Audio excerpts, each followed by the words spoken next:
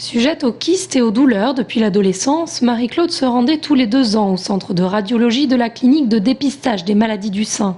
Mais lorsqu'à 50 ans, elle reçoit la lettre préconisant d'aller faire une mammographie, elle s'y rend et à sa surprise, l'échographie révèle une petite tumeur. Après examen, on lui apprend qu'elle en a en fait 2 et qu'elles sont cancéreuses. Marie-Claude tombe de haut. J'ai reçu mon courrier dans ma famille, alors j'aurais pu me dire pourquoi j'y vais après tout. Moi dans ma famille il n'y avait aucun cas de cancer. Je n'avais mal absolument nulle part. Moi ça a été découvert vraiment comme ça m'est tombé dessus alors que je n'avais absolument pas mal, j'étais pas fatiguée.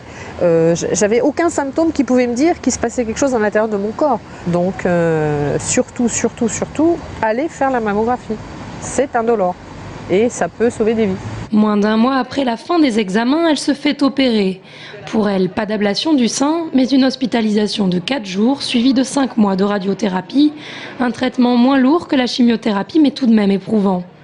Elle est à présent sous traitement hormonal pour éviter toute récidive et a pris conscience à quel point il était important de profiter de la vie. Une fois que vous avez compris ça, vous passez à autre chose. Vous vous dites, allez hop, on fonce, on refait des choses qu'on ne faisait plus. Donc moi j'ai repris le sport, donc voilà, il suffit simplement après de rebooster et de se dire on avance, on y va, la vie est belle. Et cette vie, Marie-Claude la croque maintenant à pleines dents. Elle l'a également mise au service de la cause puisqu'elle est devenue bénévole à la Ligue contre le cancer.